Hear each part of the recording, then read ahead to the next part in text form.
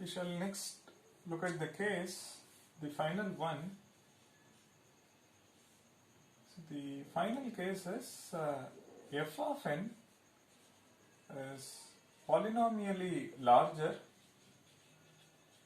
than n power log a base b. So you can look at it this way. F of n is polynomially larger, which means f of n is omega of n power log a base b. So this grows faster than this quantity, which means f of n is not theta of n power log a base b, which means f of n is not order of n power log a base b. Now we are not interested in asymptotic comparison. What we are interested in is polynomial comparison, which means f of n is omega of n power log a base b. It is polynomially larger. F of n is polynomially larger than this by at least some quantity. So epsilon for some epsilon greater than 0. So this is the case we are in. So the case is f of n is polynomially larger, or f of n is omega of n power log a base b plus epsilon. So in asymptotic sense, if it is polynomially larger, then it also implies that it is asymptotically larger. Again, the converse is false. This implies that f of n is asymptotically larger than n power log a base b. Okay. So what are we saying? Let's look at say f of n to be say n log n, and say n power log a base b is n. So if you see this, I can say f of n is, in this case, it is omega of n power log a base b, meaning n log n is omega of n. So in asymptotic sense, if you see, n log n is asymptotically faster than n. But if you look at it from polynomial perspective, they both are of same complexity. With respect to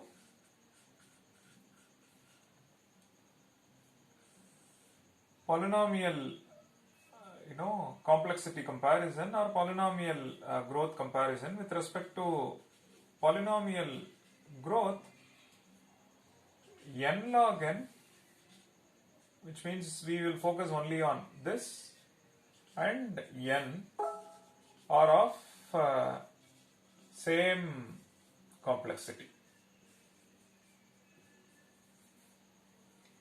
Both n log n and n are of same complexity.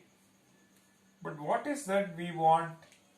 We want f of n is polynomially larger than n power log a base b.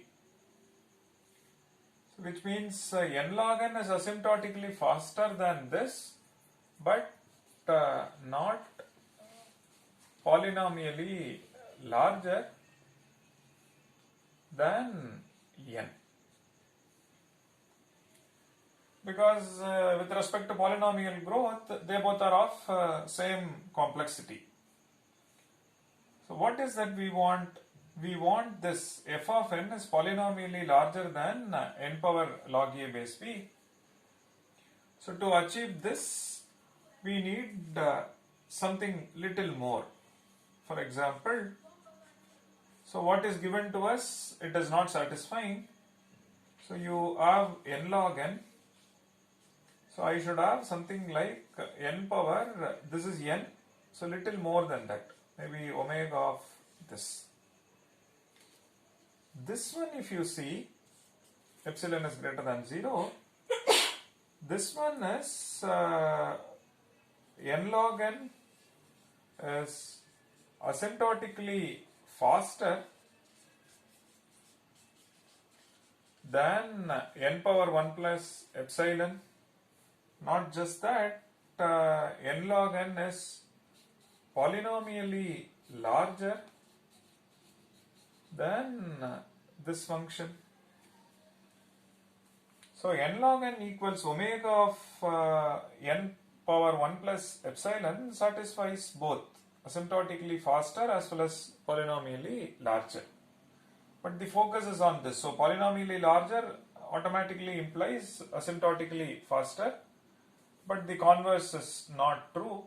For example, this example says n log n and n log n is asymptotically faster but not polynomially larger. Correct? So now, given this picture, now we are going to work with this generalized recurrence relation, with the case being f of n is polynomially larger than n power log a base b. If that's the case, what would be the solution to the recurrence, which we shall see next. So consider this, f of n equals omega of n power log a base b plus epsilon. Now let us substitute in this to get a closed form formula for t of n.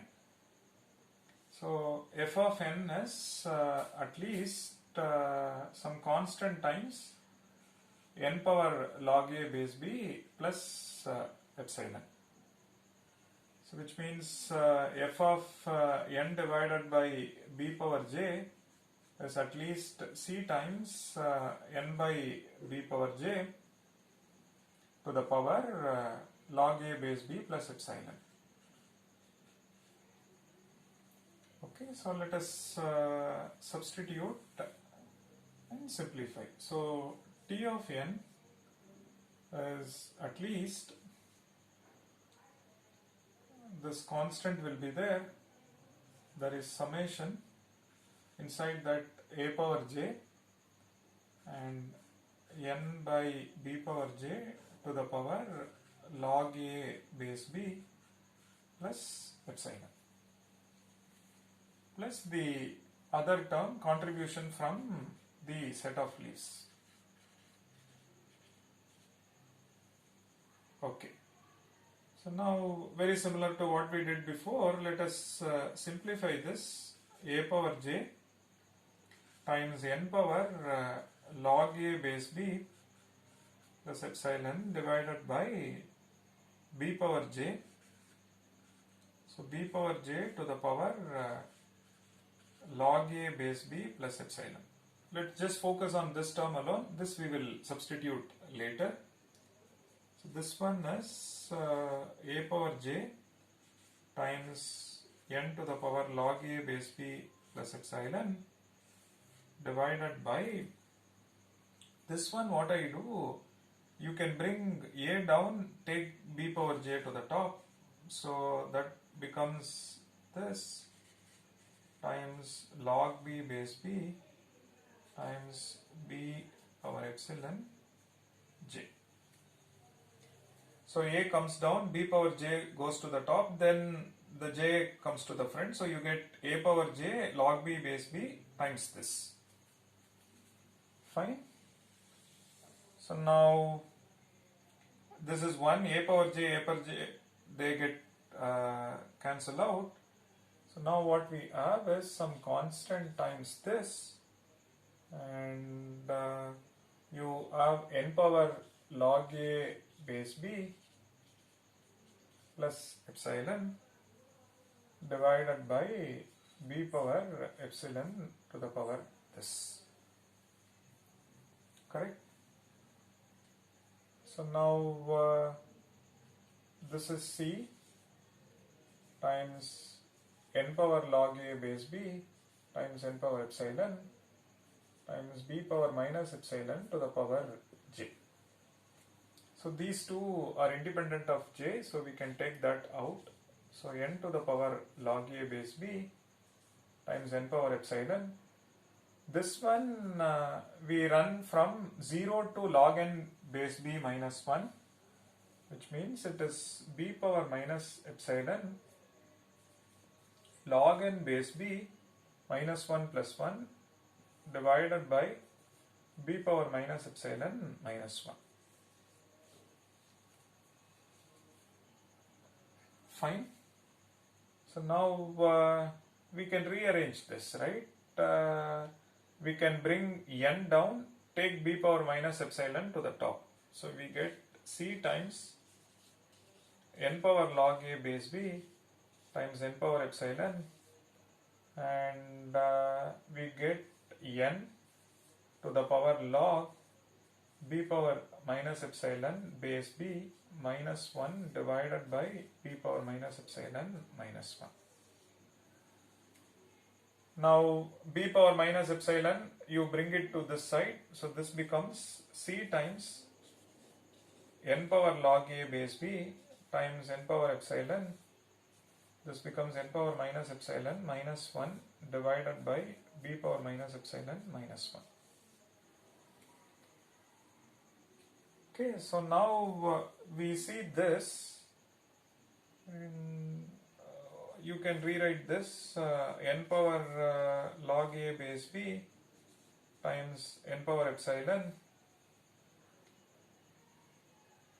When you bring this inside, this becomes 1 and minus n power epsilon and the other terms. Maybe you can even rewrite like this. So 1 minus n power minus epsilon divided by 1 minus b power this. Now what happens? You get c times n power log a base b, and now you can look at it this way. We will have n power epsilon minus 1 divided by 1 minus b power minus epsilon. So this is what we have. Correct? Fine.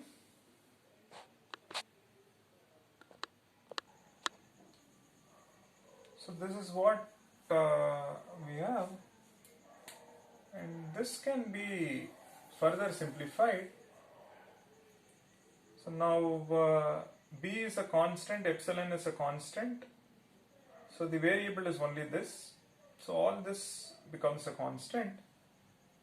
I can write it as c times n power log a base b, maybe one more constant to capture other things, times n power epsilon. Okay. So now what do we get?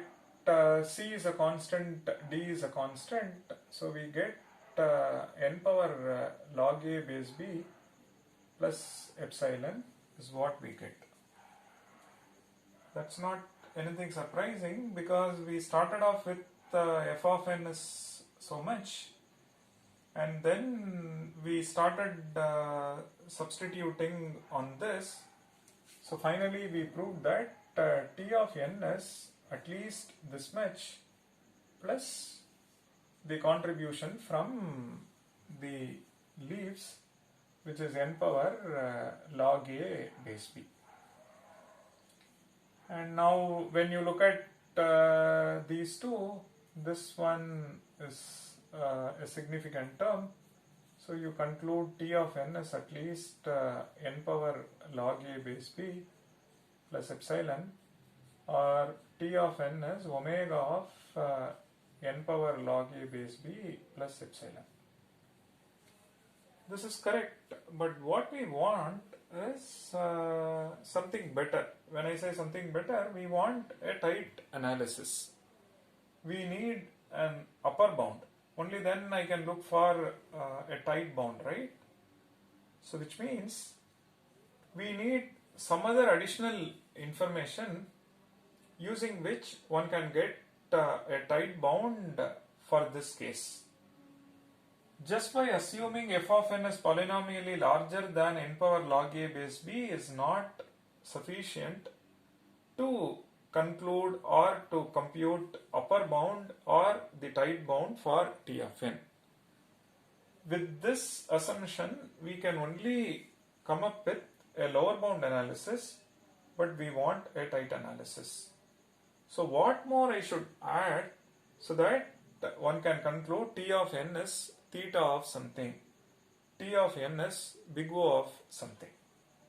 That's the interesting part, because any further simplification on this will not take us to upper bound or the tight analysis, which means we need to add some other additional constraint to this. What is that? That's a quite interesting condition. With that, we will see a tight bound for this case.